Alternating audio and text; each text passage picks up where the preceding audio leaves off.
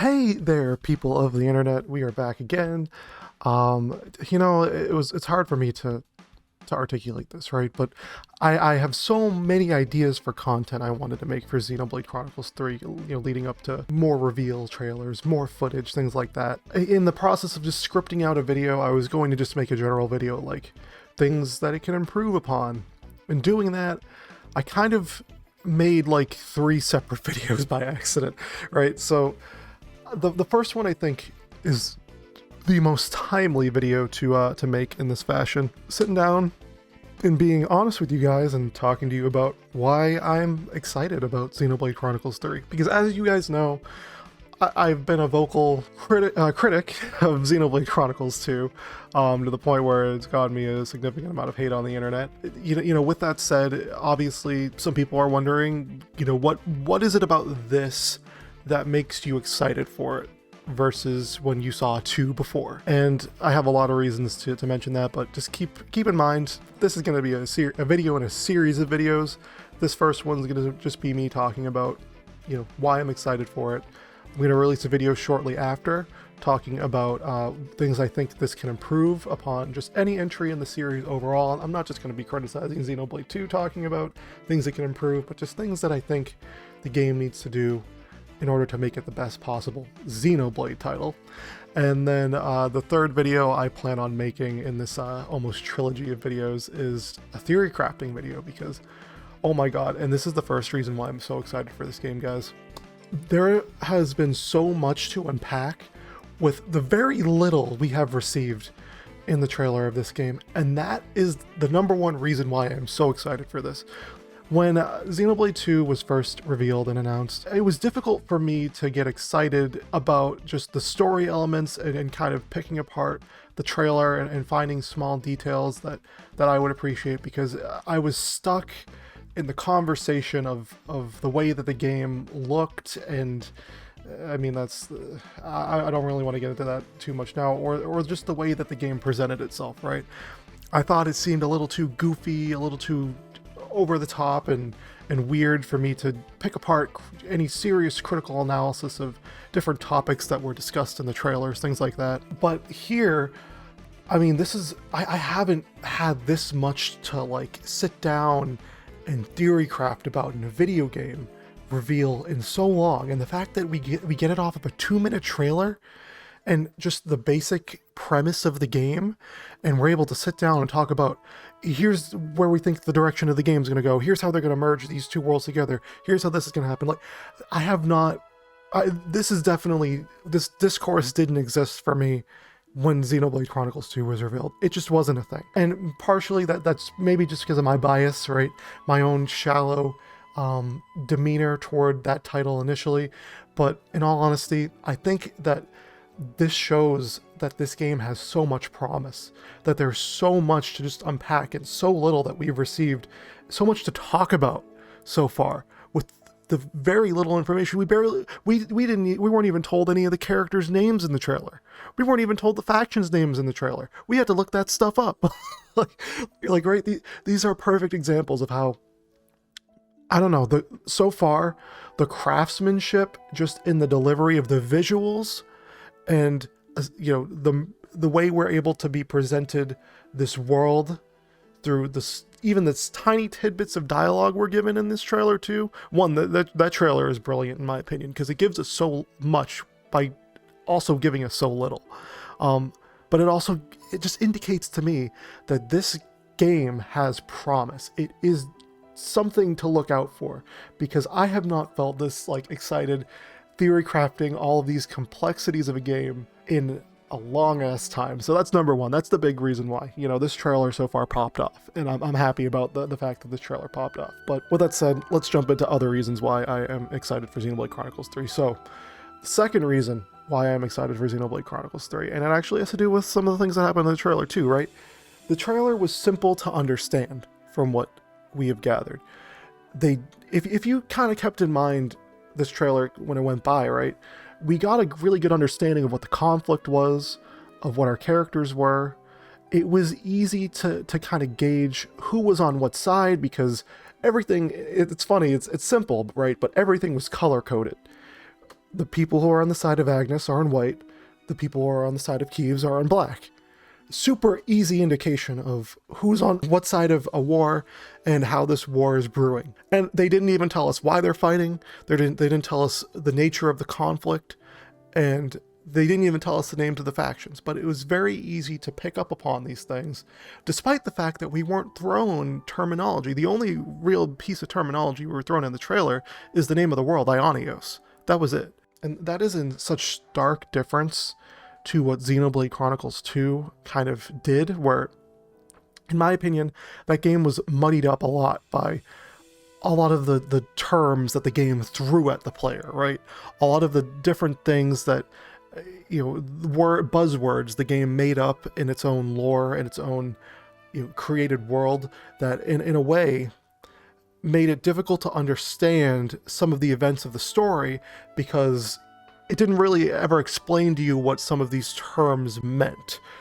Or if it did, it kind of became confusing amongst the myriad of other terms to follow up on what was going on, right? Like, the storytelling was hard in Xenoblade 2, at least for me, right? Like, or for a lot of people who just casually wanted to play the game. I'm not saying hardcore fans, people, you can understand it, right? But it was kind of a roadblock to understanding a lot of the events that transpired in the game, is to know the difference between blade eaters and flesh eaters, to know the difference between a master driver, a regular driver, to, understand how core crystals worked in relation to blades, and how blades worked in relation to titans, and, how ether worked in the game, and things like that. Like, all these minor details of the world, kind of woven together in its own, intricacies, especially when sometimes it muddied up those intricacies too, right? Made it difficult to understand some of the events that were going on in the game, or to rationalize what happened in the game. But this trailer so far, again, told us a lot by giving us a little. We didn't get thrown a lot of these complex terms of events, and there's not these subsections of humans that we need to understand about, or this or that. All we needed to know is what we were told. And I appreciate that so much, because that is showing me that Monolith Soft is definitely listening to critics in terms of what makes storytelling a lot better. It's easier to understand when all we're given is just the basic outline of the conflict, and you feed us that information later. You know what I mean? You feed us the information of who this person is, who this side is, what's their motivation, what's this, what's that. So that's not reason number two, right? Reason number two, I am very excited for this game. It's simpler. It is so much simpler to understand everything that's going on, and I like that. Okay, so reason number three, okay? This game so far is tonally consistent, right? There is a complete consistency in the tone of this trailer that indicates to me that they're not going to be trying to make a story that's a comedy story and a drama story at the same time. That's something that I think honestly hurt Xenoblade 2, and it was one of my criticisms of the game, in all honesty. Doing the mission in Moradane with Tora. 1 second, there's this emotional moment, Mithra's even crying, Tora finds his long-lost father, and then the next moment, you fight a gigantic bobble-headed maid robot. And that's just a constant thing throughout this entire game. 1 second, the cast is mourning a death. The next, they're making dick jokes. You have to have a consistent tone in a story for me to really take the character seriously and understand the events that transpire and empathize with the events that transpire. Because if I don't know what's going to happen next, if I'm just expecting some goofy, stupid thing next, then it's difficult for me to really immerse myself in the dramatic moments that exist in the story at the moment. And I'm not saying that a game can't have comic relief, right? Of course a game can have comic relief, and they can try to be funny, and it can kind of do things that make lighten the mood and kind of lessen the dramatic tension, but it shouldn't be a constant struggle and back and forth between those two elements of the story, right? You should throw in comic relief when it's needed, and then keep the tone consistent. Or conversely, and I feel like this is done in a lot of great comedy shows, movies, things like that, make the show comedic a lot of the time, and then throw in some black humor every once in a while. Throw in some dramatic event once in a while. That's kind of makes the impact of that dramatic event a lot more, suspenseful for the player, for the viewer.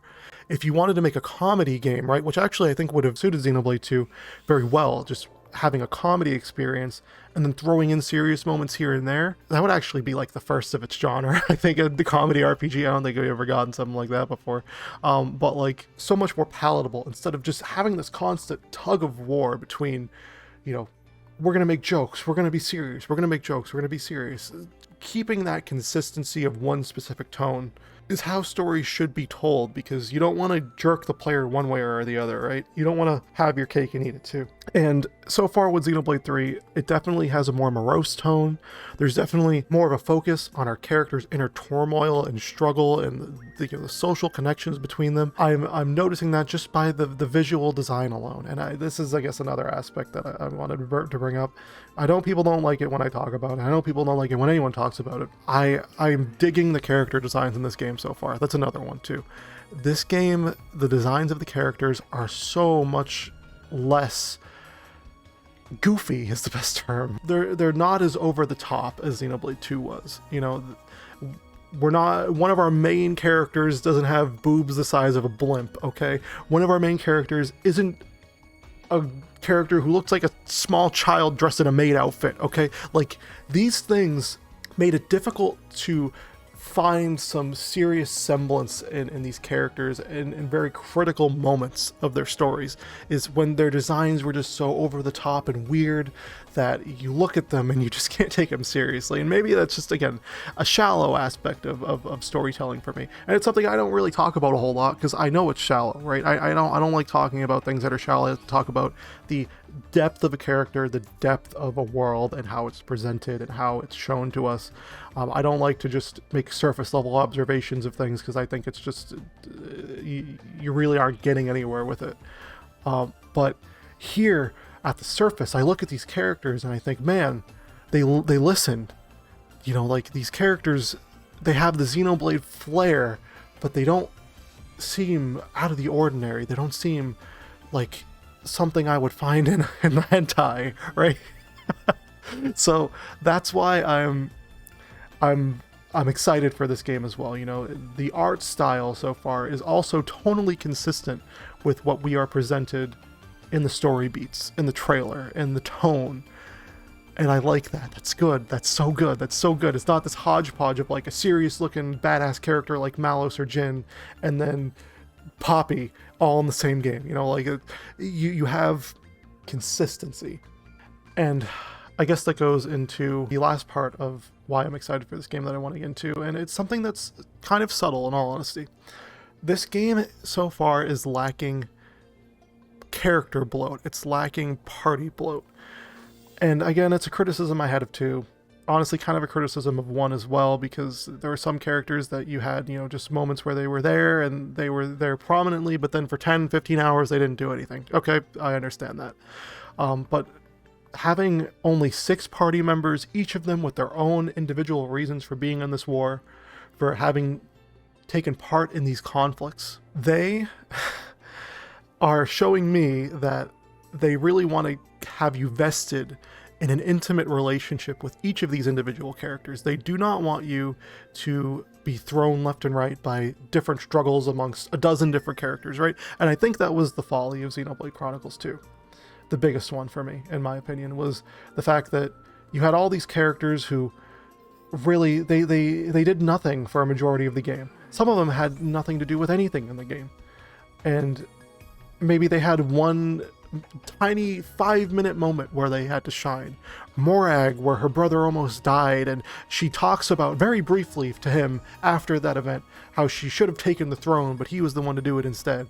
Like, that was there, never touched upon again. Zeke goes back to his home, talks to his father, realizes he is adopted. He's a false prince of his own people, of the Urian people.